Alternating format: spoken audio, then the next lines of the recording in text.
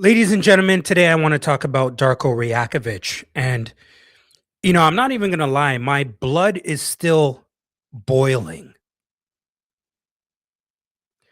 from that loss against the New Orleans Pelicans because we were embarrassed as a city last night. And it doesn't have to do with losing the game, it's more than that. It's more than that. I'm going to ask you, you might want to get the kids out the room for this one. Just remove them until the end of this episode. Now, I hope I'm overreacting right now, but I'm still pissed off about Jamal Shead, even though this has to do with Darko Rajakovic. And by the way, I do want to talk about his tenure thus far as the Raptors head coach.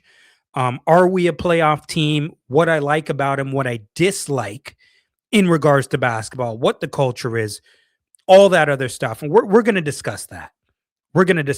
But I waited to do this episode for a reason. I wanted to ask myself, should I do this before or after they play some of these teams from the West?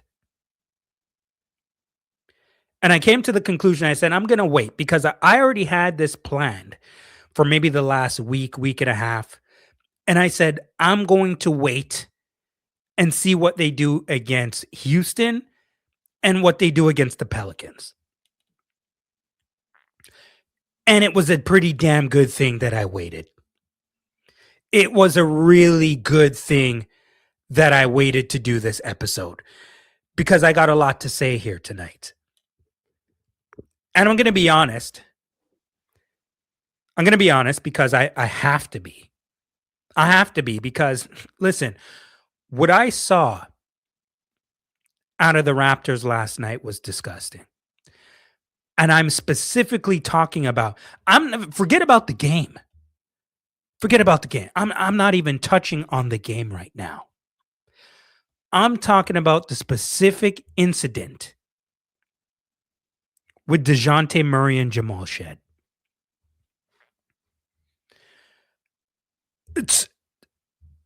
Listen,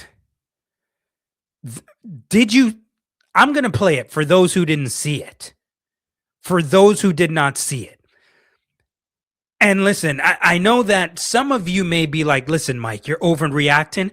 I'm not overreacting about this. This is a big deal to me. I'm going to play it for you just in case you didn't get to see it. About to go 7-3 over the previous 10. Shead tried to take it away. Now the shot clock all the way down on Dejounte. Three ball. Got it! Pause it. I need you guys to look at this image. Look at it. And it's going to be a technical down on Dejounte. Three ball. Got it! Ingram, I see. Scotty, I see. Walter. And it's going to be a technical. Yep, technical foul coming up. So Shead did everything he could, but Dejounte still got the triple.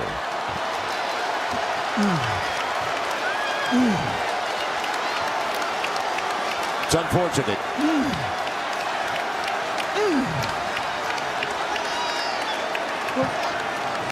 What? And Dejounte, he was right below him as he finished the three. What Dejounte was saying when he was running back, is he thought Shead tried to grab him. What he's saying is he tried to grab me.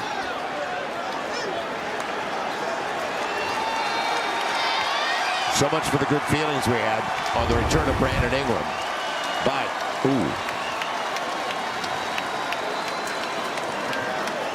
and he came across. Pause this right here. This is my problem.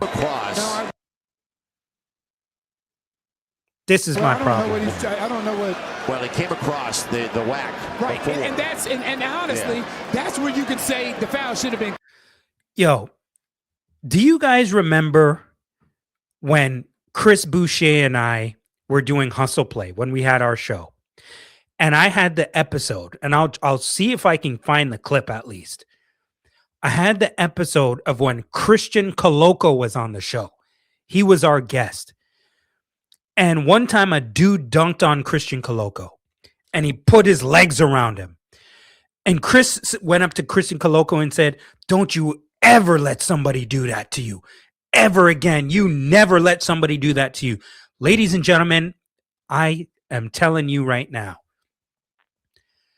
this is the NBA. This is professional sports. This is professional sports. These are the best players in the world. You don't ever let a man hover over you like that and yell in your face. And you do nothing about it. And you do nothing about it. Right, but they let it go. Right. Everybody here right now. Look at everybody in this arena right now. Hold on. Let's keep going here. Hold on. Everybody is standing Look up. at this. All right. Look at this. Yelling over his face. Scotty can see it. Look at Ingram. The way Dejounte Murray plays the game. The only guy who came along was Quickly. The only guy who came along was Quickly. So you know what? Quickly, you earn my respect a little bit here. You do. Not a little bit, a lot. Because you stepped up to the plate. And remember, this whole thing is about Darko Rajakovic in this video, but I have to address this first. And when I address this, listen, I'm talking about for the guys who are on the court, because you cannot come off the bench. But in regards to Scotty Barnes and Brandon Ingram specifically on this one, don't you ever allow some shit like that to slide in a Raptors uniform ever again. Ever again.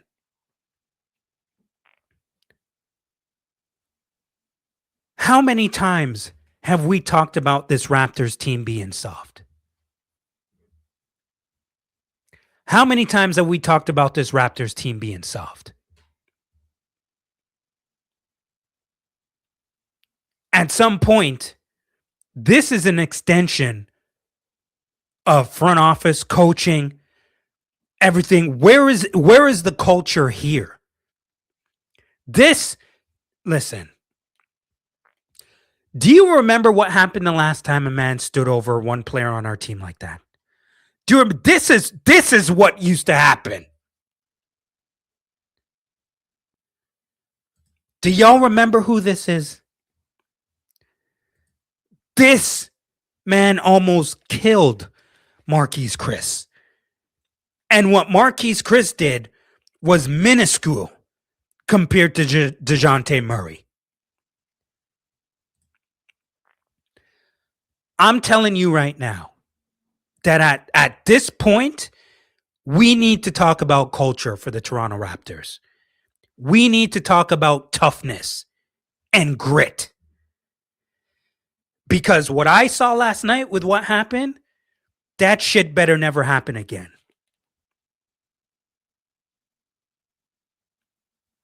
Y'all left Jamal Shead on the ground with his feet up, being yelled at. And the smallest guy, other than Shead, goes to his defense. And I'm looking at Scotty, who's the most physically imposing guy or intimidating guy that we have, all nonchalant about it. Aside with Ingram, and I think Walter, whoever the hell else was out there, that cannot happen. That cannot happen. And so we're going to go into Darko Rajakovic, and we're going to start it here. They were making tough shots. They were making timely shots. Nope, I'm going to pull this back and let's start it over.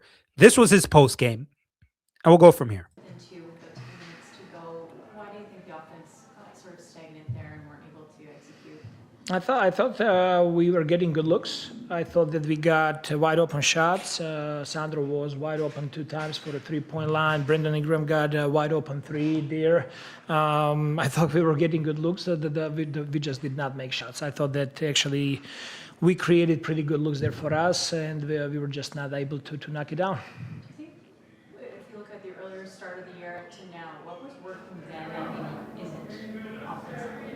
What's changed? And you gotta give If you didn't hear the question, they're asking about the offense right now. What was happening earlier in the year compared credit to to now? teams as well. I think this is a really good team. I think they played really well tonight. They have something to do with that as well, right? They were making shots. They were making tough shots. They were making timely shots. At this point, we're just not playing our best basketball. And everything is in our control, how we're going to respond, how we're going to stay together. We know what we need to do.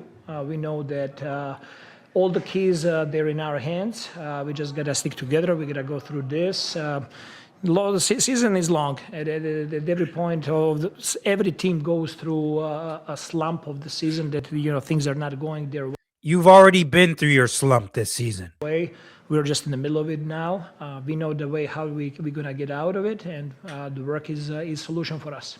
What was your read, Darko, on the situation between Dejounte and Jamal? I think I don't give it too much over there. Like, guys are competitive. It was probably over the board. Like what he did there, I gotta see it on film, but I don't want to make nothing more than it is. And I realize the standings will change a lot over the last final bit of the stretch, but you've fallen out of the top 6 seed. Who for you do you want to see step up and sort of take that leadership voice, or who is doing that in the room right now as you try to kind of wade through this section of the schedule? It's our whole team. There is not one person that needs to do more or better. It's a whole team. We win as a team and we lose as a team. This is on every single player on this roster is about. We need to step up, and we need to trust in what we're doing and trust each other and lift each other and stay together. It's simple as that.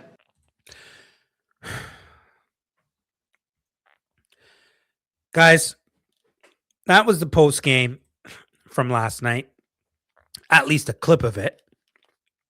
And so, how has Darko been since being the head coach of the Toronto Raptors? Well, in his first year, 25-57, understandably so, 30-52 last season. So now he's in a position where there's actually expectation for this team. There is actually expectation for this team because you were in a playoff spot for the majority of the season. Now you do fall to a play-in spot, obviously, after the loss last night, but you're sitting at 36-29 currently this season. So how has he been? Well, he's been decent at best. And we really don't know how he's really been because there hasn't been any expectation for this team since he's been the coach, except for now. And I'm still a little bit under the weather. So if you see me mute my mic or whatever, I probably just need to cough or something and then I'll unmute it. But this is the first time there's actually been expectations for this team. And coming into this season, I don't know if people actually thought the Raptors were going to be this good. I've talked about this a lot this season that I did predict them to be 47 wins that I had on the season, which they still may get, by the way. But, a lot of what has been disappointing me as of late is not even necessarily things that have to do with X's and O's. It has to do with toughness, grit, and effort. Toughness, grit, and effort. And I believe that Darko is the guy that has to get this out of them. I understand that they're professional athletes and they're grown. And so they have to be able to also do this on their own. But what I'm wondering is he demanding this out of them?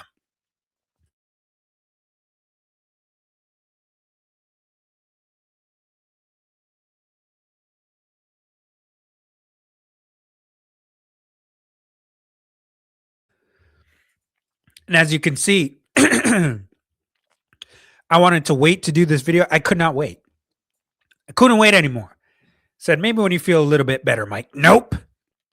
The content's coming out now. And so I ask you guys and gals, what are your expectations of this team?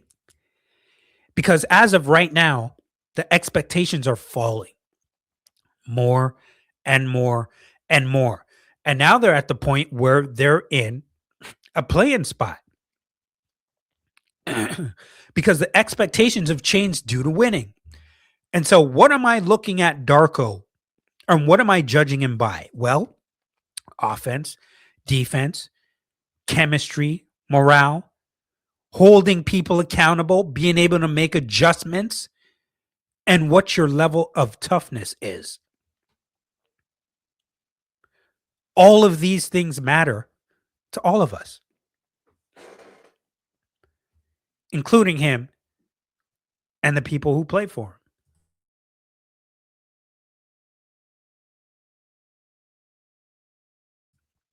So with that being said, some of the things that you're starting to remember right off the bat. And when I had my notes for this, because I told you I made this probably over a week ago. They were fifth in the East, which is what I have down on the paper, which is new for Darko. Fifth in the East. You can't beat good teams because you haven't looked good against anybody with a winning record. And this isn't about talent, though. It's not about talent. This is a mindset. This is about heart.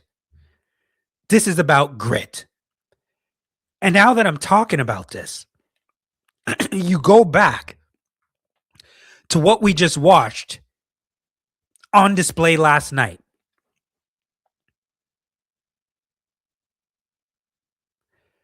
And I got news for you because the culture of this team has always been a problem. Why? Because we don't have any culture when it comes to this team. We don't have a play style. You don't know what to expect on any given night. You don't know what your coach is about.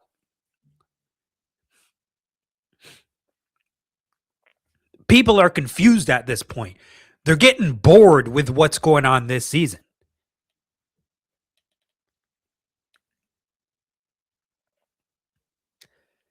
You blow a lot of fourth quarter leads. And for some reason, when it comes to fourth quarters, this team has a pattern of collapsing.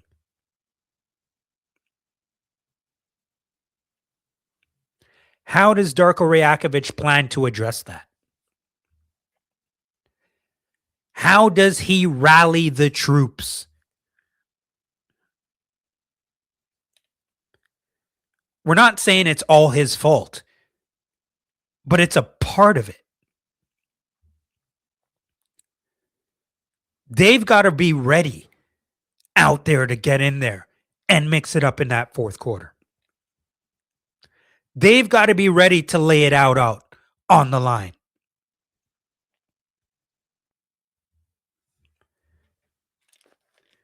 You've got to get on people's ass and hold them accountable.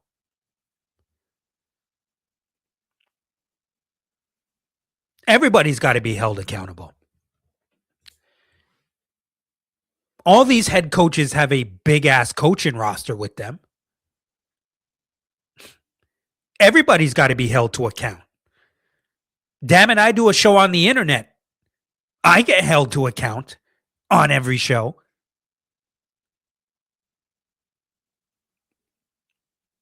All the time.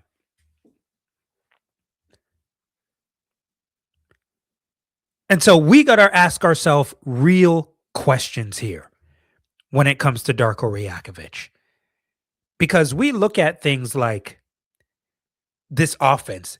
The offense is a mess. It cannot be Brandon Ingram isolation every single damn play. I mean, it's getting out of hand at this point. Scotty Barnes standing in the corner. The guy had 9 points last night. He didn't score in the second half.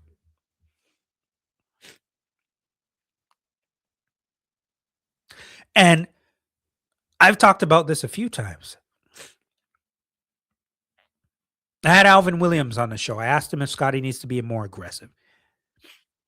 He said he doesn't need to do anything different than he's doing right now. I disagree. Are you that guy or are you not? And don't get me wrong. Don't get me wrong. I understand that he rebounds, he blocks shots, creates offense, pushes the basketball. He does it all. He does it all. But we need you to score more now as well. Now, that might be a big ask. But I'm willing to ask the question. And I want to see you do it.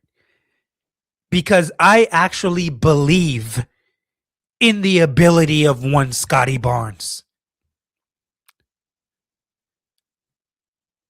I believe that he's capable of getting buckets at the mid-range and going to the basket. Scoring at the free throw line. And no, he's not a great three-point shooter by any means. But he can still take some and make some. I want Darko to feature Scotty more in this damn offense and start taking a bit more control.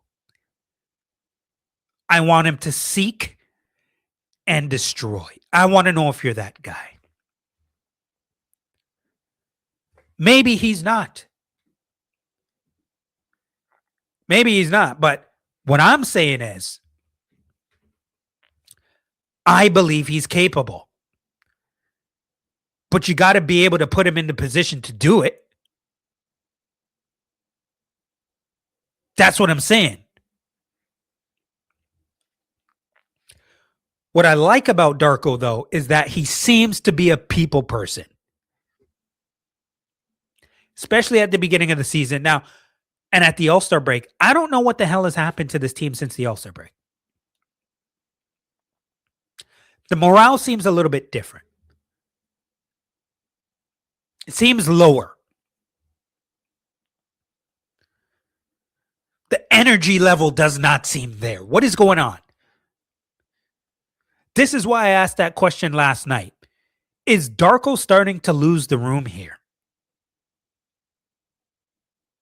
It's a question. It's a question that I'm asking.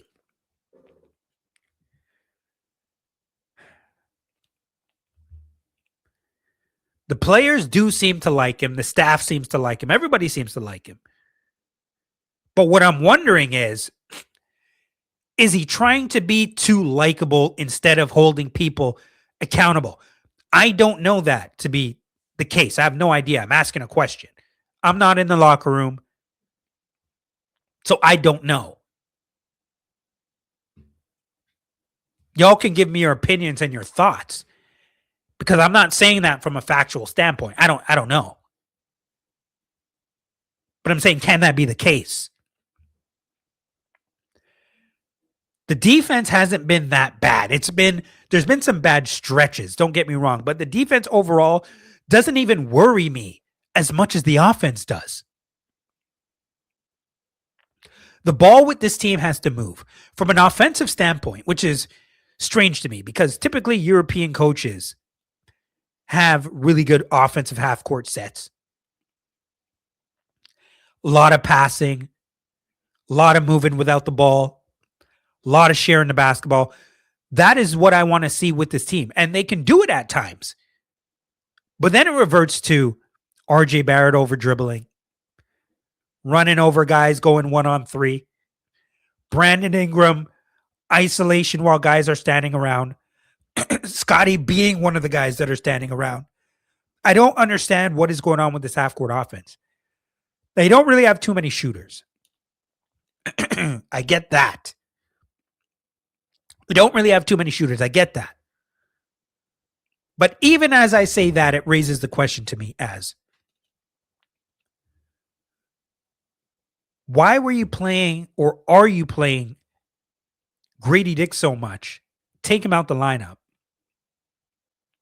You see Jamison battle for a game or two. Then you don't see him for 5. While he's probably the best shooter you got. Do you try to get him into some type of rhythm or not?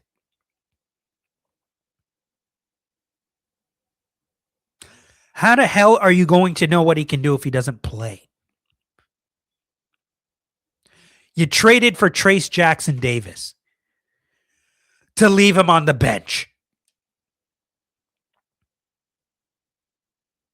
I don't get it. I don't understand some of the rotations. I don't understand some of the things offensively. And now sometimes I'm starting to think that when Ryakovich has that crazy look in his eye, when he snaps and he loses it, that's just performative, isn't it? It's a good performance, don't get me wrong. It's a good performance, but it's performative. It's happening over here during the whole season. I've been calling it back. It's a complete crap. This is completely BS. This is shame. Shame for the referees, shame for the league to allow this.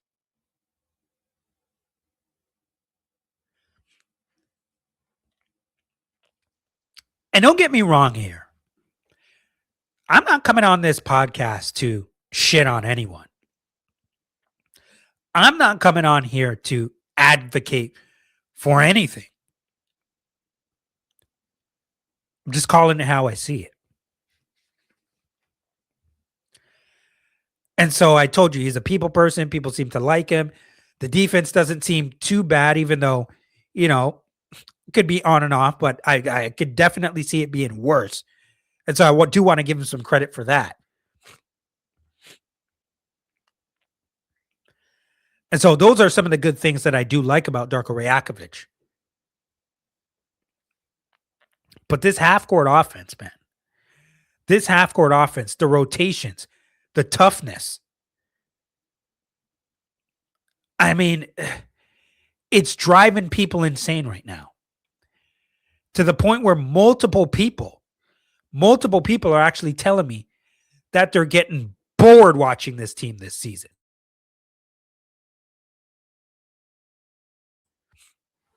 After the start that they had. And listen, when it comes to that game last night, do you know how many people messaged me last night? Do you know how many people? My cousin called me from Atlanta. My cousin called me from Atlanta. He was watching the game. Remember that 3-on-0? There was a 3-on-0 last night against the Pelicans. 3-on-0. And Zion Williamson did a windmill. A windmill. When is the last time you saw Zion Williamson do a windmill? The only mill that I've seen Zion Williamson do is Mariah. Sorry, didn't mean to give you a stray there, Mariah. My Lord. My cousin called me from Atlanta and said, "What the hell is this? What am I watching with the Raptors right now?" I'm not making this up. I'm telling you the truth.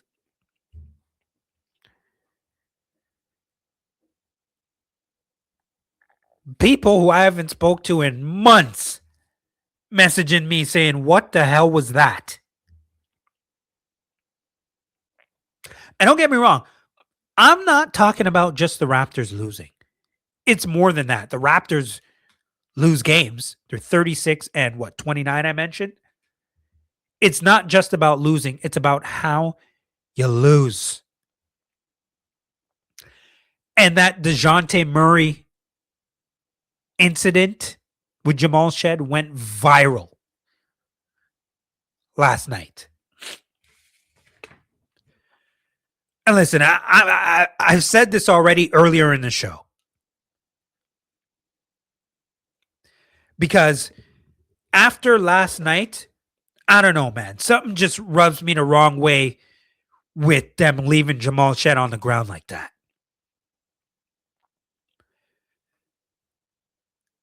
They may have to have a players only meeting about that one. But I'll say this to those guys who were on the court that didn't rush over there and start a shoving match. Because if that happened to anybody else and Jamal Shead was out there, I guarantee he would have started that shoving match before anybody. Scotty Barnes, Brandon Ingram. Listen, any damn player on this roster, you better bring some intensity and some heat when you're playing for this city. When you have a Raptors uniform on, you better have some heart. You better have some heart. Because that shit better never, and I mean never, happen again while you have a Raptors uniform on. Ever. Because if it does, you might need to take that uniform on and go find your way up out of here. That shit better not slide ever again playing in a Raptors uniform.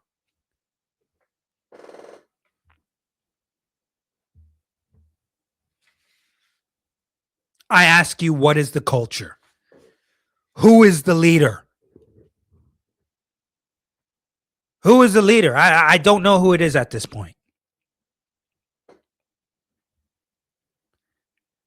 I think it's a fair question to ask. And you know what the crazy thing is to me? I feel like Quickly has some dog in him. I feel like Barrett has some dog in him. I feel like Barnes has some dog in him. But how do you get it out? How do you get it out of them consistently? I've talked to you guys about Barrett having some dog in him. I think Barnes has some dog in him. I think Quickly has some dog in him. I think Shead has some dog in him.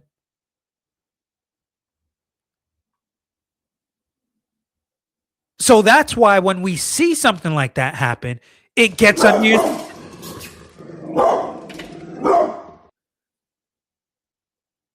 But who knows? Who knows? I'll leave it for you to decide. You can let me know what you think in the comments. Overall, what I'm saying is this. This team is now in the play-in in 7th. They may make the play-in. They may make the playoffs. We still got a bunch of games to play. Under 20 now at this point. But are these last 18, 19 games, whatever we have, boy, are they going to be telling. Because after what we saw last night, I can assure you, the Raptors fans, these Toronto fans, they don't tolerate that shit. I'm putting you on notice. I'm telling you. For any one of the players who want to watch this, I'm letting you know. To the coaches, anybody, staff. I don't give a damn who it is. I'm letting you know. We ain't tolerating that BS.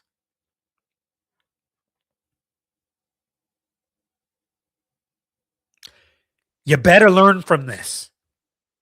And learn quickly.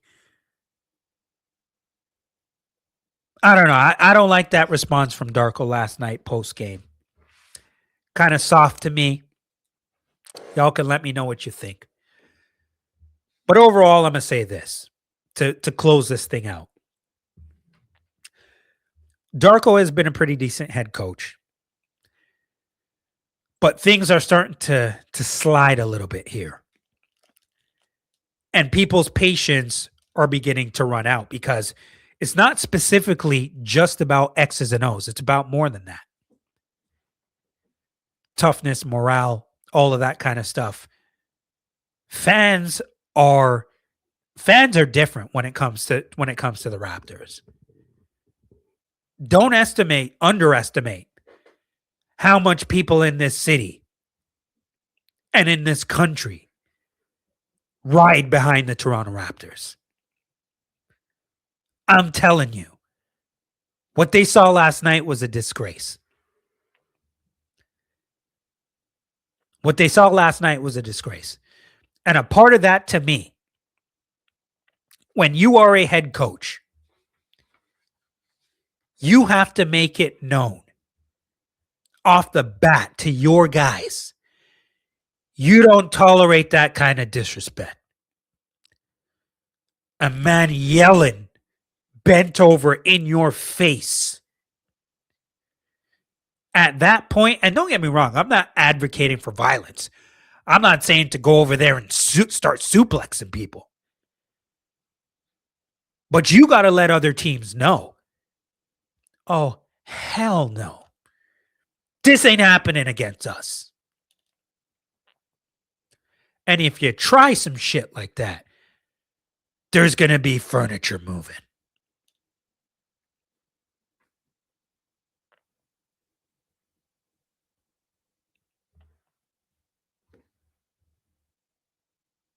That's it. Because what was on display last night? Oh, teams see that. They look and say, oh, Raptors, soft. We don't have to be worried about them. Just get physical. They'll fold like a cheap tent. You ain't got to be worried about nobody over there. None of them don't want no smoke. And watch, because that happened to y'all, other teams are going to try you. They going to try you. Just watch. You'll see. You'll see. I've been in and around this. Guys, I've been in and around this a long time.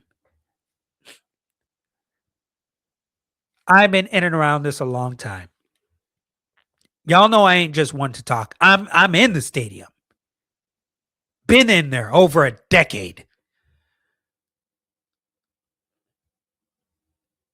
I've talked to coaches, scouts, owners, all type of executives, players, trainers, broadcaster, a lot of people.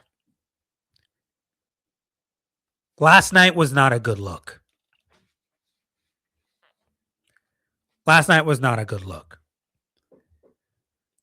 And I know this was about Darko Rajakovic in this episode, but it just doesn't sit right with me. The culture is a problem for this team and an organization.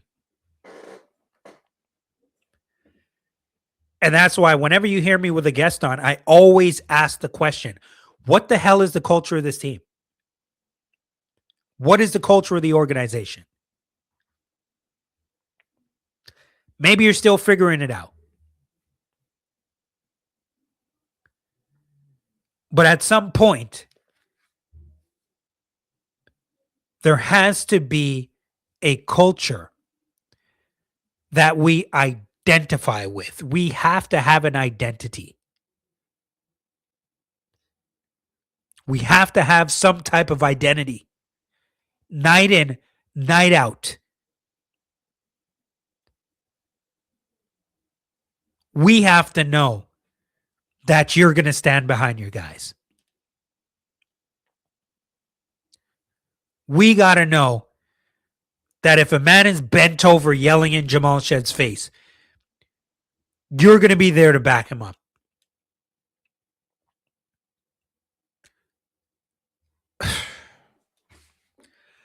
Guys, at Mike Roach 7 on IG, at Mike Roach 23 on X.